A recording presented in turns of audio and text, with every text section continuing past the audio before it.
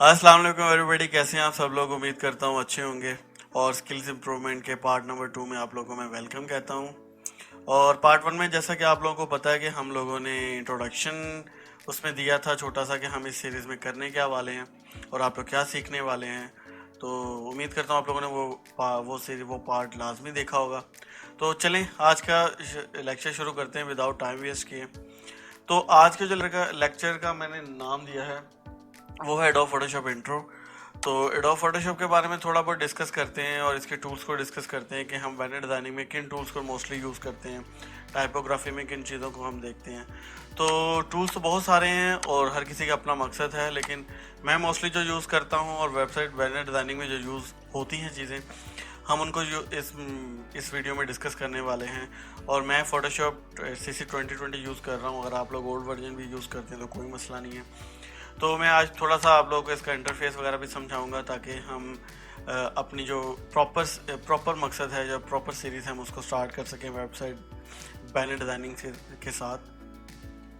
तो ये कुछ टूल्स हैं जिसको हम बारी बारी डिस्कस करेंगे और इंटरफेस भी हम डिस्कस करेंगे। तो जो इस वक्त आपको नज़र आ रहा है इंटरफेस, ये एक्चुअली बाय डिफ़ॉल्ट ऐसा नहीं होता। बाय डिफ़ॉल्ट अगर मैं इसको वर्क स्पेस को रीसेट कर दूं तो आपके पास कुछ इस तरीके से, ये मैं फाइल भी जो मैंने ओपन की हुई है इसको भी मैं क्लोज़ कर दूं तो नॉर्मली मैंने वेलकम स्क्रीन ऑफ की हुई है। आप लोग जब ओपन करेंगे तो आपके पास वेलकम स्क्रीन आएगी। तो आपके पास कुछ इस तरीके से इंटरफेस आएगा। ये सारी चीज़ें जो हैं आप लोगों के पास होंगी, लेकिन हर किसी का एक अपना स्टाइल होता है यूज़ करने का फ़ोटोशॉप। लेकिन मेरा एक अपना स्टाइल है क्योंकि मैं चाहता हूँ कि मुझे वर्क स्पेस ज़्यादा मिले। तो हम नॉर्मली क्या करते हैं, अगर ये सब कुछ डिलीट हो जाए तो ये वापस कैसे आता है, यानी कि ये चीज़ें अगर डिलीट हो जाए सारा, ये प्रॉपर्टी भी हम लोग इसको अलग कर सकते हैं और डिलीट कर सकते हैं। तो ये नॉर्मली यहाँ से वर्क विंडोज़ में जाते हैं। विंडोज़ में सबसे पहले टूल्स, हमारे पास टूल्स आ गई। ये टूल्स को डबल आप लोगों ने कॉलम में यूज़ करना तो डबल कॉलम में यूज़ कर लें, सिंगल कॉलम में यूज़ करना है तो सिंगल कॉलम में यूज़ कर लें।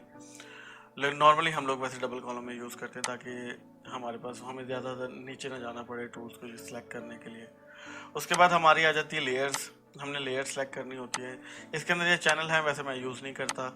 आप कुछ भी यहाँ पर अटैच कर सकते हैं, कुछ भी ड्रैग करके उसको रिमूव कर सकते हैं। तो सबसे पहले हमारे पास बॉक्स आ गया लेयर्स का। लेयर्स के बाद मैं जो नॉर्मली यूज़ करता हूँ वो करेक्टर्स हैं, टाइपोग्राफी के लिए जो हम यूज़ करते हैं। तो करेक्टर्स में पैराग्राफ और करेक्टर्स होते हैं, मैं दोनों को अपने पास रखता हूँ लेयर्स के साथ। और एक मैं चीज़ अपने पास ज़रूर रखता हूँ इन्फो की, क्योंकि समटाइम हमें इंफॉर्मेशन या कोई साइज़ वगैरह का इंफॉर्मेशन वगैरह लेनी होती है, तो मैं ये इन्फो का टैब अपने पास रखता हूँ। ये चार चीज़ें हैं, इन्फो, पैराग्राफ, करेक्टर और लेयर्स। ये चार बॉक्स जो हैं वो मैं अपने पास रखता हूँ और इसको मैं इस कोने में कर लेता हूँ ताकि मुझे ज़्यादा से ज़्यादा स्पेस मिल सके। और ये देखिए, ये मेरा स्टाइल है अपना फ़ोटोशॉप को यूज़ करने का। उम्मीद है आप लोगों को अगर ये सही लगता है तो आप इसको फॉलो कर लीजिएगा, नहीं तो आप अपने तरीके से अपनी विंडोज़ को मैनेज या पैनल्स को मैनेज कर लीजिएगा। तो बिस्मिल्लाह करते हैं। सबसे पहले हम एक नई फाइल लेते हैं। हम Ctrl+N भी प्रेस कर सकते हैं और यहाँ पे फाइल में जाकर न्यू भी प्रेस कर सकते हैं, क्लिक कर सकते हैं। तो ये कुछ रिसेंट मैंने फाइल्स जो बनाई हैं, जो यूज़ की हैं, ये वो हैं। आप अपनी फाइल्स और अपने प्रीसेट्स भी सेव कर सकते हैं। आप फ़ोटोज़ के साइज़ उन्होंने प्रीसेट में दिए हुए हैं, print, Illustrator, web, mobile, film. आप किसी भी चीज़ के बारे में अगर आप देख लें, अगर आपको क्रेडेंशियल पता है तो ये वाला पैनल आप यूज़ करेंगे। इसके बारे में इसकी तरफ बाद में आते हैं। और मोबाइल है, वेब है। मोबाइल के देखें कितने सारे डिवाइसेस के साइज़ दिए हुए हैं। वेब है, वेब में उन्होंने साइजेस बहुत सारे दिए हुए हैं। और इलस्ट्रेशन यानी कि प्रिंटिंग से रिलेटेड, और प्रिंट ये आ गया, और फ़ोटो सेव्ड। तो सबसे पहले हम आ जाते हैं अपने रीसेंट की तरफ। ये वाले पैनल पे ये टाइटल है अपने, यहाँ पर अपने डॉक्यूमेंट का या अपने फ़ाइल का नाम देना है नॉर्मली, जो भी है। मिसाल के तौर पर आज हम आसिफ कर लेते हैं, ये मेरी फ़ाइल का नेम हो गया। उसके बाद हम अपनी विड्थ कर लेते हैं। नॉर्मली विड्थ जहाँ पे जो भी आपको क्योंकि जब डिजिटल और फोटोशॉप की बात करते हैं तो आपको स्पेसिफिक साइज़ देना पड़ता है कि आपका जो फाइल है वो किस पर्पज़ के लिए यूज़ होता है। तो नॉर्मली हम एक 800 बाय 800 का एक डॉक्यूमेंट बना लेते हैं न्यू। और resolution is very important thing. जब आप एक प्रिंट मीडिया के लिए चीज़ डिज़ाइन करते हैं तो उसकी रेजोल्यूशन नॉर्मली हम 300 रखते हैं। और जब आप डिजिटल यूज़ या वेब वगैरह के लिए कोई ग्राफिक बनाते हैं तो उसकी रेजोल्यूशन हम 72 रखते हैं। ये क्योंकि इसने बाद में प्रिंट नहीं होना होता, हमने डिजिटल यूज़ के लिए 100% पे इसको देखना होता है। ओरिएंटेशन आ जाती है। यहाँ पर आपको पोर्ट्रेट में चाहिए, लैंडस्केप में चाहिए, आर्ट बोर्ड है। आर्ट बोर्ड आप जब क्लिक करते हैं तो ये आपको आर्ट बोर्ड में कन्वर्ट, अगर इलस्ट्रेटर आप लोग को पता है या जो लोग इलस्ट्रेटर यूज़ करते हैं उनको पता है आर्ट बोर्ड का। हम लोगों ने इसको यूज़ नहीं करना, हमने सिंपल इसको ओरिएंटेशन को लेकर चलना है। ये हमारा साइज़ हो गया। उसके बाद हमारे कलर आ जाते हैं। जो डिजिटल यूज़ है उसके लिए ज़्यादातर हम लोग RGB यूज़ करते हैं, प्रिंटिंग के लिए CMYK यूज़ करते हैं। वो इलस्ट्रेटर वाले अच्छे तरीके से इनको जानते हैं, लेकिन हम लोग RGB ही नॉर्मली यूज़ करते हैं। 8 बिट को फिलहाल आप लोग छोड़ दें। बैकग्राउंड जो है वो वाइट है और यहाँ से आप पिक्सल, इंचेस और सेंटीमीटर्स में साइज़ ले सकते हैं। तो हमने एक बैनर इस तरीके से, ये नॉर्मली एक साइज़ होता है बैनर का, जो हम नॉर्मली सोशल मीडिया के लिए और पोस्टर या एड्स वगैरह के लिए नॉर्मली यूज़ करते हैं। वैसे तो वेब के लिहाज से बहुत सारे साइजेस और क्रेडेंशियल्स चेंज होते हैं, गूगल एड्स के डिफरेंट होते हैं, सोशल मीडिया के डिफरेंट होते हैं। तो जो जो हमारी रिक्वायरमेंट होगी हम उसको उसके मुताबिक देख लेंगे। तो थोड़ा सा टूल्स को डिस्कस कर लेंगे। हमारे पास टूल्स आ गए। सबसे पहले हमारा मूव टूल है, फिर हमारे पास एक सिलेक्शन टूल है। सिलेक्शन टूल भी बहुत ज़्यादा यूज़ होता है और रेक्टेंगल मार्कर टूल इसको कहते हैं। मूव टूल है, मूव टूल भी बहुत ज़्यादा यूज़ होता है। ये पैनल जो है ये हमारा लेयर पैनल है। लेयर पैनल भी आपको समझना बहुत ज़रूरी है, और अगर आप फोटोशॉप को थोड़ा बहुत भी जानते हैं तो आपको पता है लेयर्स क्या होती हैं। लेयर्स एक बुक के पेजेस की तरह होती है, सफ़ों की तरह होती है, जैसे एक के बाद एक होता है, और ऊपर वाला पेज अगर नीचे वाले पेज के ऊपर आ जाए तो नीचे वाला पेज नज़र नहीं आता। इसी तरीके से अगर ऊपर वाली लेयर नीचे वाली लेयर के ऊपर आ जाए तो नीचे वाली लेयर हाइड हो जाती है, अगर ऊपर वाले ऑब्जेक्ट में कोई चीज़ है तो लेयर्स आप देख सकते हैं कि ये लेयर है। हमें मूव टूल को एक्सप्लेन कर रहा था आप लोगों के साथ। तो ये शेप में इस शेप के अंदर एक सर्कल होता है, जैसे इक्लिप्स टूल कहते हैं। मिसाल के तौर पर मैं यहाँ पर इसको ड्रॉ कर लेता हूँ। इसका कलर जो है वो हम थोड़ा ब्राइट कर लेते हैं ताकि हम आपको नज़र आ सके। तो ये मैंने एक शेप ली, ये शेप का लेयर है। मूव टूल को जब हम सेलेक्ट करते हैं तो उसके ऊपर कुछ प्रॉपर्टीज़ आती हैं। सबसे पहले तो ऑटो सेलेक्ट है। ऑटो सेलेक्ट का ये होता है कि अभी ये वाला लेयर मेरा सेलेक्ट नहीं है, इक्लिप्स 1 वाला, और जब मैं मूव टूल को सेलेक्ट करूँगा और ऊपर से ऑटो सेलेक्ट होगा तो मैं जैसे इस पर क्लिक करूँगा तो ये देखिए लेयर सेलेक्ट हो जाता है। ये देखिए नीचे वाला लेयर सेलेक्ट है, ऑटो सेलेक्ट ऊपर से ऑप्शन ऑन है। तो जैसे ही मैं इसके ऊपर क्लिक करता हूँ तो ये देखिए इक्लिप्स जो है वो हमारा शेप जो है वो सिलेक्ट हो जाता है। लेकिन अगर हम यहाँ से इसको अनचेक करते हैं और फिर अगर इस पर हम क्लिक करते हैं तो कुछ भी नहीं होगा। फिर इसको सेलेक्ट करने के लिए हमें अपने कीबोर्ड से कंट्रोल प्रेस करना पड़ता है।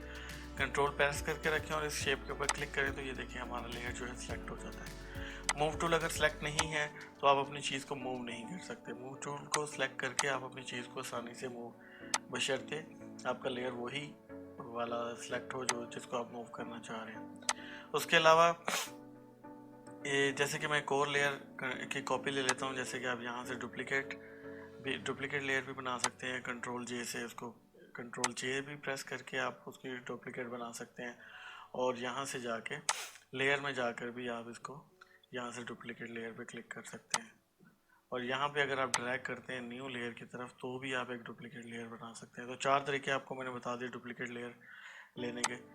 एडोब फोटोशॉप के इस लेक्चर को मैं ज़्यादा लेंथी नहीं करूँगा। मैं सिर्फ उन्हीं चीज़ों के बारे में बताऊँगा जो नॉर्मली हमारे बैनर डिज़ाइनिंग एक बहुत डीपली टॉपिक है, लेकिन मैं कोशिश करूँगा उसको आसान कर लूँ ताकि आप आसानी से सीख कर इस स्किल को थोड़ी प्रैक्टिस करके इम्प्रूव कर लें ताकि आप अर्निंग कर सकें। चीज़ क्लियर हो गई।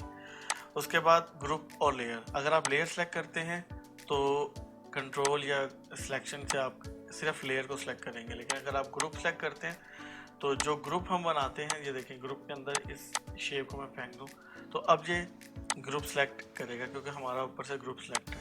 ये देख रहे हैं। अब यहाँ पे ये लेयर, अकेली लेयर, अगर इसके अंदर हम 2 लेयर्स बना लें, एक को मैं चलिए कलर ग्रीन कर लेता हूँ ताकि आपको आइडिया हो जाए कि हम 2 जो हैं वो लेयर्स की बात कर रहे हैं। तो अभी हमारा ऊपर से ग्रुप सेलेक्ट है, तो मैं चाहे ग्रीन पे सेलेक्ट करूँ चाहे मैं कंट्रोल दबाकर रेड पे क्लिक करूँ, लेकिन वो सिलेक्ट ग्रुप ही कर रहा है। लेकिन यहाँ से अगर हमने लेयर सेलेक्ट की होंगी तो रेड पे क्लिक करूँगा तो रेड सेलेक्ट होगा, अगर ग्रीन पे क्लिक करूँगा या ग्रीन वाला लेयर सेलेक्ट करूँगा तो ये वाला लेयर सेलेक्ट होगा। तो शो ट्रांसफॉर्म कंट्रोल्स जो हैं इस पर हम क्लिक करते हैं तो जिस लेयर को हम सेलेक्ट करते हैं वो ऑटोमेटिकली ट्रांसफॉर्म कंट्रोल जो है उसके ऑन कर देता है, लेकिन इसको नॉर्मली हम अनचेक ही रखते हैं। उसके बाद हमारे पास अलाइन की प्रॉपर्टीज़ आ जाती हैं। अलाइन की प्रॉपर्टीज़ बहुत इंपॉर्टेंट है। मैं एक और कॉपी ले रहा हूँ ताकि मैं आपको समझा सकूँ कि मैं क्या बात कर रहा हूँ। इसको हम ब्लू कर देते हैं। अच्छा, अगर मैंने इन तीनों को सिलेक्ट किया हुआ है, इन तीनों को सिलेक्ट कर लेता हूँ, ये देखिए मैंने कंट्रोल प्रेस किया और बारी बारी में हर लेयर पे क्लिक कर रहा हूँ, तो ये वाली प्रॉपर्टीज़ जो हैं वो इनेबल हो जाती है। जब मैंने सिलेक्ट नहीं किया हुआ था तो ये डिसेबल थी, जैसे ही मैंने इन तीनों को सिलेक्ट किया तो ये इनेबल हो गई। ये देखें जैसा कि ऊपर लिखा हुआ है प्रॉपर, हम माउस लेके जाते हैं तो अलाइन लेफ्ट एजेस, अगर मैं यहाँ पे क्लिक करता हूँ तो तीनों जो हैं वो लेफ्ट पे हो जाएंगे। अब आपको बाकी दो लेयर्स नज़र नहीं आ रही बिकॉज सबसे ऊपर जो है वो हमारा ब्लू वाला लेयर है, इसलिए जैसे मैं उसको साइड पे करता हूँ आपको ग्रीन नज़र आ जाएगा, और जैसे मैं ग्रीन वाली को साइड पे करता हूँ तो आपको रेड नज़र आ जाएगा। अब तीनों को मैं सिलेक्ट करता हूँ और मैं जो अब ये देखिए ब्लू वाला अगर नीचे है तो मैं तीनों को सिलेक्ट करता हूँ, और ये अगर ये वह ग्रीन वाला भी अगर थोड़ा सा मैं नीचे कर दूँ तो हम चाहते हैं कि ये एक ही लाइन में आ जाए, तो मैं तीनों को सिलेक्ट करूँगा, ये सेंटर वाला जो है वो क्लिक कर दूँगा, तो देखें एक दो वर्ड ये कॉलम में एक दूसरे के साथ अलाइन हो गए। और फिर अगर ये ग्रीन इस तरफ है और ब्लू इस तरफ है थोड़ा सा, तो अगर मैं इन तीनों को सिलेक्ट करता हूँ ये वाला बटन प्रेस करता हूँ ऑप्शन, तो अलाइन राइट एजेस, जैसे कि लेफ्ट एजेस अलाइन हुए थे वैसे राइट एजेस जो हैं वो अलाइन हो जाएंगे। उसके बाद हमारे टॉप और बॉटम और सेंटर है, जिस तरीके से लेफ़्ट और राइट हैं इसी तरीके से टॉप और बॉटम है। आप समझ ही गए होंगे एक्चुअली मैं क्या बात कर रहा हूँ। अगर टॉप करते हैं तो ये हो जाता है, और अगर हम पूरी विंडो का कंट्रोल लेकर के सिलेक्शन ले लेते हैं। अगर सेंटर करते हैं तो सेंटर में, क्योंकि मैंने तीनों सेलेक्ट नहीं किए थे, अब ये सेंटर में हो गया और ये बॉटम पे हो गया, तो ये लेफ़्ट, ये राइट, ये सेंटर, तो ये तीनों जो लेयर्स हैं ये इस वक्त सेंटर में है। इसके अलावा बाकी और भी प्रॉपर्टीज़ हैं, जैसे हम इसको हमें ज़रूरत पड़ेगी मैं वक्त के साथ साथ आपको इनके बारे में भी एक्सप्लेन करता जाऊँगा। तो उसके बाद हमारी सिलेक्शन टूल है। सिलेक्शन टूल के लिए चले हम एक इमेज ले लेते हैं, जिससे ये फ्रूट का इमेज है, हम इसको ले लेते हैं, या हम इसको ले लेते हैं, मैं यहाँ पे इसको कंट्रोल सेव करके डेस्कटॉप पे लेकर जा सकता हूँ, कंट्रोल कॉपी करके अपने फोटोशॉप में लेकर आ सकता हूँ, या यहाँ से डाउनलोड फ्री करके मैं डाउनलोड भी कर सकता हूँ। फिलहाल मैंने टाइम सेव करने के लिए इसको कंट्रोल कॉपी कर लिया है। ये वाली तीनों लेयर्स मैं डिलीट कर दूँगा, कीबोर्ड से मैं डिलीट का बटन दबा दिया मैंने, ये इमेज हमारे पास यहाँ आ गई। या मैं कंट्रोल एन करता हूँ तो जिस साइज़ का हमारा कॉपी किया हुआ इमेज होता है ये ऑटोमेटिकली वो साइज़ कैप्चर कर लेता है या ऑटो डिटेक्ट कर लेता है। हम क्रिएट करते हैं तो उसी साइज़ का ही हमारा एक न्यू कैनवास बन जाता है। तो हम सिलेक्शन ले सकते हैं, ये इतना सेलेक्ट करके डिलीट कर सकते हैं। उसके अलावा और भी सिलेक्शन के बहुत ज़्यादा पर्पज़ हैं, तो वो वक्त के साथ साथ फिर हम लोग डिस्कस करते चलेंगे। उसके बाद मार्केट टूल है, ये नॉर्मली हम लोग बहुत कम यूज़ करते हैं, लेकिन क्विक सिलेक्शन के लिए हम इसको यूज़ कर लेते हैं। लेकिन बैनर डिज़ाइनिंग में इसका कोई ख़ास इतना कोई रोल नहीं है, क्योंकि हमने अपनी चीज़ें जो हैं वो ऑलरेडी बाकी चीज़ों के साथ मैनेज कर ली होती हैं। और ये जो मैजिक वेंडर टूल है 4th नंबर पे, मैजिक वेंडर टूल, बाकी 3 ऑप्शंस भी हैं, लेकिन इस पर मैजिक वेंडर टूल जो है वो ज़्यादातर हम लोग यूज़ करते हैं। जैसे कि ये एक क्विक सिलेक्शन लेने के लिए टॉलरेंस इसकी 32 है इस वक्त, अगर हम इसको 32 पर रख के सिलेक्ट करते हैं तो ये कुछ इस तरीके से सिलेक्शन देता है। और अगर हम इसको थोड़ा कम कर लेते हैं तो शायद ये केले को पूरे को सिलेक्ट नहीं करेगा, थोड़ा जैसे कि मैं कम कर लेता हूँ तो ये देखें थोड़ा सा और रिफाइंड रिजल्ट मिल जाता है। लेकिन नॉर्मली अगर आपको बहुत ही बारीक से बैकग्राउंड रिमूव करना है तो आपको प्रॉपर ये वाला टूल यूज़ नहीं करना, क्योंकि इसके साथ एजेस जो है वो इतने शार्प और इतने क्लीन नहीं आते। क्रॉप, जैसा कि नाम से ही एक्सप्लेन है कि अपने डॉक्यूमेंट को आप क्रॉप कर लो नॉर्मली, ये देखें। उसके बाद हमारा पिकर है, पिकर से हम आई ड्रॉपर जो है इससे हम अपना कलर, जैसे ये फोरग्राउंड देखिए मैंने येलो कलर चाहिए तो मैं येलो पे क्लिक कर देता हूँ, ये ब्लैक कलर चाहिए तो ब्राउन सा कलर है, ब्राउन कलर सेलेक्ट कर लेता हूँ। उसके बाद हमारा ब्रश टूल है, ब्रश टूल भी काफ़ी जगह पे यूज़ होता है। वक्तन जैसे ही हमें ज़रूरत पड़ेगी मैं आप लोगों को इन चीज़ों के बारे में, क्योंकि एक एग्जाम्पल सामने हो कि हम इसका यूज़ कैसे करें तो वो ज़्यादा आसानी हो जाती है अंडरस्टैंड करने के लिए। स्टैम्प टूल है, स्टैम्प टूल भी हम लोग यूज़ करते हैं चीज़ों को डुप्लिकेट करने के लिए या एक चीज़ को दूसरी जगह पेस्ट करने के लिए, ये देखिए कुछ इस तरीके से। उसके बाद हमारा जो रेज़र है, रेज़र हम चीज़ों को रिमूव करने के लिए, जो नाम से ही एक्सप्लेन है, इसको हम इसका जो साइज़ है सर्कल का वो हम यहाँ से बड़ा कर लेते हैं, हम इसको रेस के लिए यूज़ करते हैं। समटाइम हमें हिस्ट्री वापस लेके आनी होती है तो हम रेस टू हिस्ट्री वाली ऑप्शन ऑन करके हिस्ट्री वापस ले आते हैं। उसके अलावा हमारे टूल्स हैं, पेन टूल है, पेन टूल आपको पता है सिलेक्शन के लिए यूज़ होती है, बहुत इंपॉर्टेंट, क्रॉप करने के लिए चीज़ें यूज़ होती है और भी चीज़ें क्रिएट करने के लिए यूज़ होती है। इसके अलावा एक बहुत इंपॉर्टेंट इसके अंदर एक टूल है कन्वर्ट पॉइंट टूल। ये हमारी शेप जो हम ऑलरेडी डिज़ाइन करते हैं, कुछ जैसे ये शेप मैंने डिज़ाइन की हुई है, तो ये इसका रेडियस बहुत ज़्यादा है, हम थोड़ा कम करते हैं ताकि आपको पता चले। तो ये मैंने ड्रॉ किया। ड्रॉ करने के बाद ये पॉइंट टूल जो है, ये इसके एजेस को अगर हमने इस वाले एजेस को थोड़ा लंबा या छोटा बड़ा करना, मैं कीबोर्ड के एरो दबा रहा हूँ इसमें, तो ये इस तरीके से हम लोग यूज़ कर सकते हैं। उसके बाद टेक्स्ट टूल आ जाती है, वेरी इंपॉर्टेंट बैनर डिज़ाइनिंग में ख़ास तौर पे रीड की हड्डी का काम करती है टाइपोग्राफी। और टाइपोग्राफी जब आप करते हैं तो आपको अपने टेक्स्ट को मेंटेन करना होता है, खूबसूरत दिखाना होता है, और बहुत सारी चीज़ें जो हैं वो इसमें क्लियर होंगी। बैनर डिज़ाइनिंग में अगर मेन चीज़ है, आपने बैकग्राउंड इमेज या ऑब्जेक्ट तो सिलेक्ट करना ही करना है, लेकिन या क्रिएट करना है, लेकिन टाइपोग्राफिक बैनर डिज़ाइनिंग में रीड की हड्डी का काम करती है। तो इसको हम बड़ी डिटेल से इंशाल्लाह डिस्कस करेंगे अपने प्रोजेक्ट के अंदर। तो उसके बाद हमारी शेप्स बहुत ख़ास तौर पे बैनर डिज़ाइनिंग में इंपॉर्टेंट किरदार अदा करती हैं, क्योंकि हमने कुछ चीज़ों को मेंशन करना होता है, लाइक यूँ हेडिंग मेंशन करनी होती है। उसके बाद हमने अपनी चीज़ों को क्लिप मास्क करके हमें प्रेजेंट करना होता है। तो ये शेप बहुत ज़्यादा काम करती है। इसमें डिफरेंट शेप है, राउंडेड है, इक्लिप्स है, पॉलीगॉन है, और कस्टम शेप्स भी होती हैं इसमें। उसके बाद हमारा जूम इन जूम आउट का आइकॉन आ जाता है, टूल्स आ जाती है। उसके बाद फोरग्राउंड कलर, ये फोरग्राउंड है, ये बैकग्राउंड है।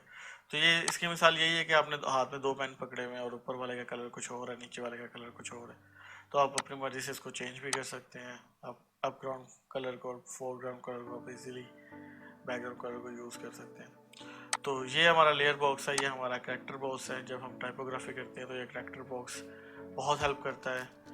उसके अलावा पैराग्राफ, हमने अपने टेक्स्ट को अलाइनमेंट देनी होती है, स्पेसिंग देनी होती है। इन्फो में जब हम कुछ भी सिलेक्शन के साथ जब कोई भी चीज़ सेलेक्ट करते हैं तो ये हमें विड्थ और हाइट बताता है, और कलर वगैरह के बारे में भी इसमें हम देख सकते हैं। तो मुझे लगता है कि आज का टॉपिक जो है वो हम यहीं पे क्लोज करते हैं। आपको थोड़ा बहुत फोटोशॉप का आइडिया हो गया होगा। नेक्स्ट टॉपिक जैसे ही स्टार्ट करेंगे हम लोग, तो उसमें मैं बैनर डिज़ाइनिंग के सबसे पहली ऑप्शन जो इसको हम कवर करेंगे, वेबसाइट बैनर्स को हम कवर करेंगे नेक्स्ट लेक्चर में, कि हम उसमें कैसे हमारे पास क्लाइंट की रिक्वायरमेंट्स आती हैं, हम कैसे उसका बजट बताते हैं, और कैसे हम उसको बैनर के क्रेडेंशियल के मुताबिक, अगर उनकी ऑलरेडी वेबसाइट बनी होती है तो उन वेबसाइट्स में जो उनके बैनर्स की जगह होती है वो उसका साइज़ क्या होता है वो हमें वो क्लाइंट बता देते हैं, हम वही साइज़ के बैनर उनको डिज़ाइन करके दे देते हैं। या हम खुद से होम पेज क्रिएट कर रहे होते हैं, डिज़ाइन कर रहे होते हैं, तो हमें बैनर को क्या स्पेस देनी होती है, किस तरीके से हमें अपना कॉन्टेंट को मैनेज करना होता है। तो इंशाल्लाह नेक्स्ट लेक्चर में हम लोग वेबसाइट डिज़ाइनिंग और वेबसाइट बैनर्स को अच्छे तरीके से कवर करने वाले हैं इंशाल्लाह। तो मिस मत करिएगा हमारा नेक्स्ट लेक्चर, वो बहुत इंपॉर्टेंट है। तो इसी के साथ मैं आप लोगों से इजाज़त चाहूँगा और इस पार्ट को हम यहीं पे क्लोज़ करते हैं। और thank you so much for watching this video. आप लोगों से रिक्वेस्ट करता हूँ कि चैनल को सब्सक्राइब करें और अपने जो दूसरे सीखने वाले लोग हैं उनके साथ भी शेयर करें, और बेल आइकॉन पे भी क्लिक करें ताकि मेरी वीडियोस सबसे पहले आपके नोटिफिकेशन पे आ जाए। Thank you so much. अल्लाह हाफिज़।